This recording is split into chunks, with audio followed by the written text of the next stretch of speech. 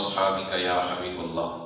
الحمدللہ رب العالمین۔ آج ہمارا چھٹا درس قرآن و حدیث ہے، جس میں آج ہم نماز کی اہمیت اور نماز کی برکتیں سننے کی سعادت حاصل کریں گے۔ دعا کیجیے اللہ تعالیٰ ہم سب کو عمل کی توفیق نصیب فرمائے۔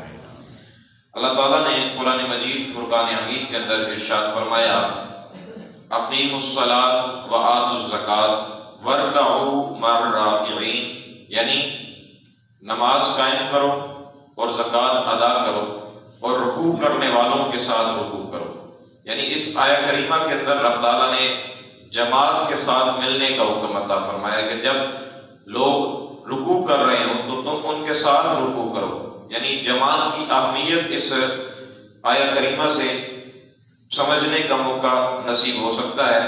چند احادیث کریمہ ہم سننے کی سعادت حاصل کرتے ہیں۔ حضرت عبداللہ بن عمر رضی اللہ تعالیٰ عنہ آپ سے روایت ہے کہ حضور نبی کریم صلی اللہ علیہ وآلہ وسلم نے فرمایا، بنی اسلام کی بنیاد 5 چیزوں پر ہے۔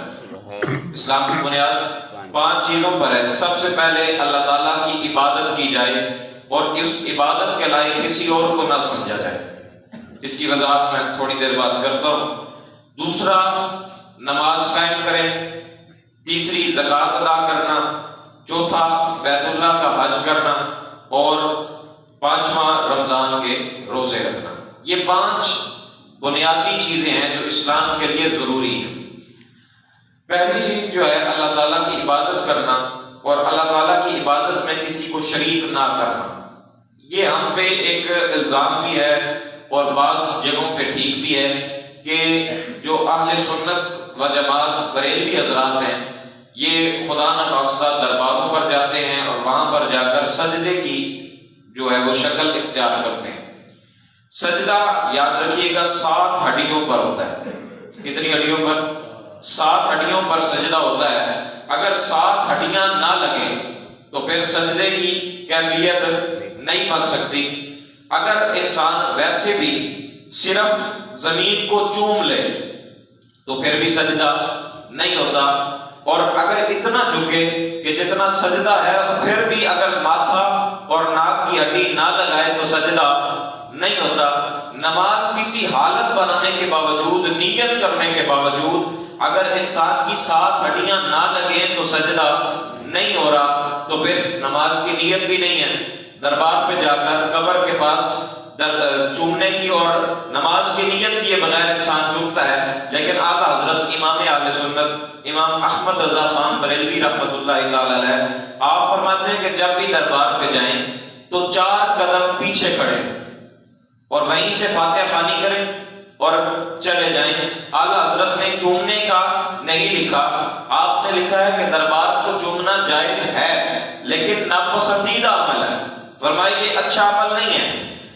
پیر سیال لجپال رحمۃ اللہ تعالی علیہ آپ مدینہ المنورہ گئے اور وہاں جالیوں کو چوما،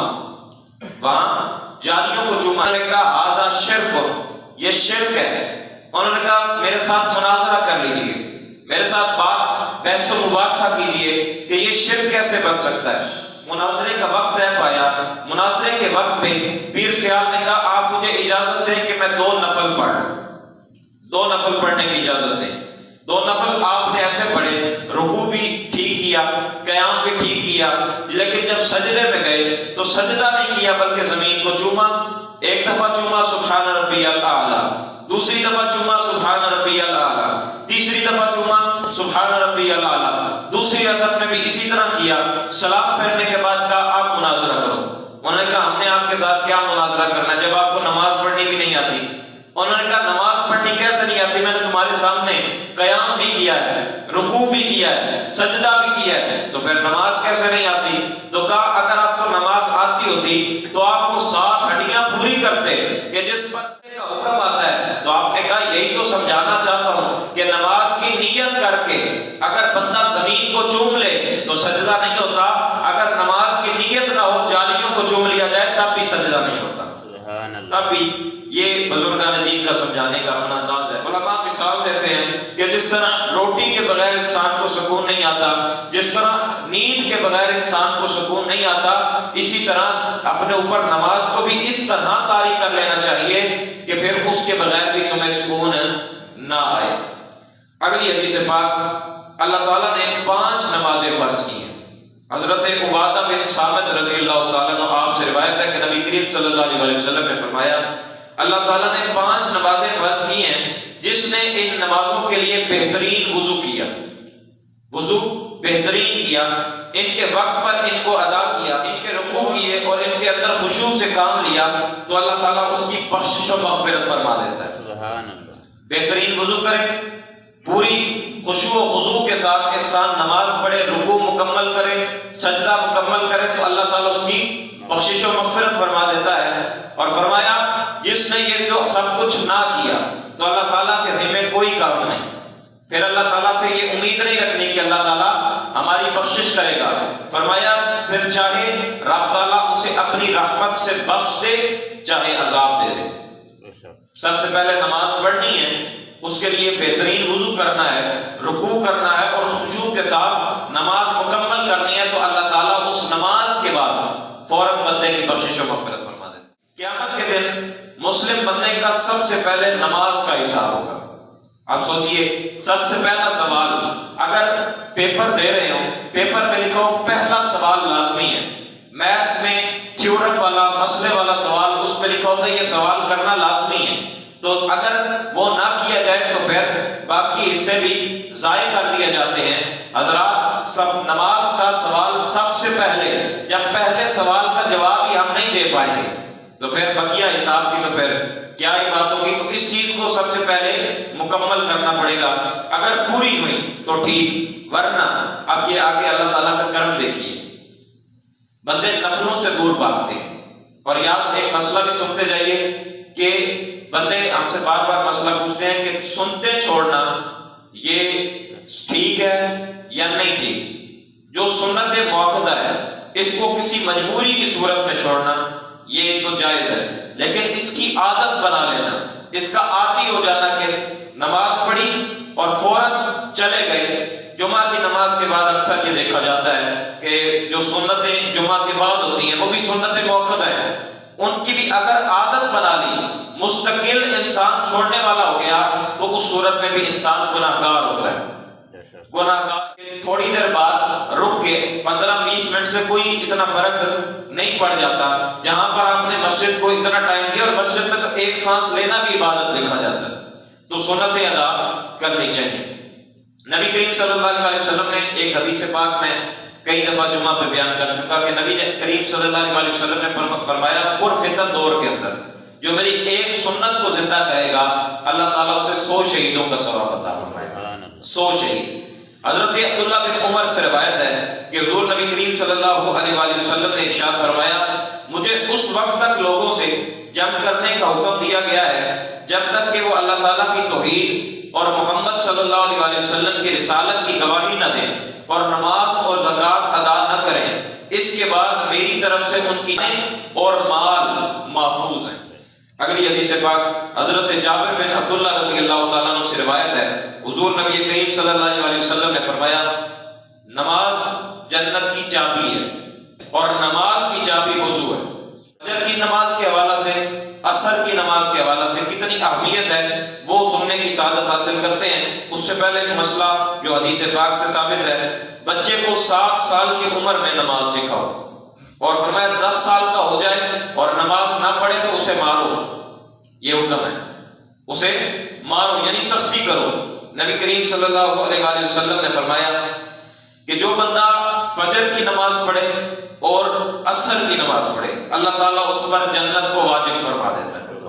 2 نمازیں ایسی برکت والی نمازیں ہیں جس کے حوالہ سے نبی کریم صلی اللہ علیہ وآلہ وسلم فرما رہے ہیں کہ اس پر جنت واجب ہو جاتی ہے۔ فرمایا اور جو کوئی عشاء کی نماز پڑھے، عشاء کی نماز باجماعت پڑھے اور سو جائے اللہ تعالیٰ اس کے لیے آدھی رات کی عبادت کا ثواب لکھ دیتا ہے۔ کتنا کریم مالک، صرف آپ نے عشاء کی نماز جماعت کے ساتھ پڑھی، جماعت کے ساتھ عشاء کی نماز پڑھ کے آپ بستر پر سو گئے، فرمایا ساری رات فرشتے لکھتے رہتے ہیں کہ آدھی رات عبادت میں رہے، اور پھر صبح اٹھ کے فجر کی نماز پڑھ لو تو پھر پوری رات عبادت کا ثواب مل جاتا ہے۔ آپ تو سوئے رہے ہیں پھر بھی مالک نے کرم فرمایا، فرمایا تم صرف عشاء کی نماز پڑھ لو اور فجر کی نماز پڑھ لو، میں ساری رات عبادت کا ثواب عطا کروں گا۔ کتنی برکتیں ہیں حضور کے دین میں۔ فرمایا جس نے صبح کی نماز پڑھی، یہ کون سی نماز ہوتی ہے؟ فجر۔ یہ ہمیں رمضان کے بعد بھی پڑھنی ہے انشاءاللہ۔ میں نیت کرتا ہوں، آپ بھی نیت فرمائیے کہ انشاءاللہ رمضان کے بعد بھی اس نماز کو پڑھیں گے۔ ابھی تو ہم سحری کے لیے اٹھتے ہیں تو یقیناً آسانی ہوتی ہے تو نماز کے لیے آ جاتے ہیں۔ رمضان کے بعد اصل جہاد یہ ہے کہ بستر چھوڑ کے جب نیند کا غلبہ ہو پھر چھوڑ کے آنا، یہ کمال ہے۔ یاد رکھیں روزے کی وجہ سے نماز فرض نہیں ہوئی۔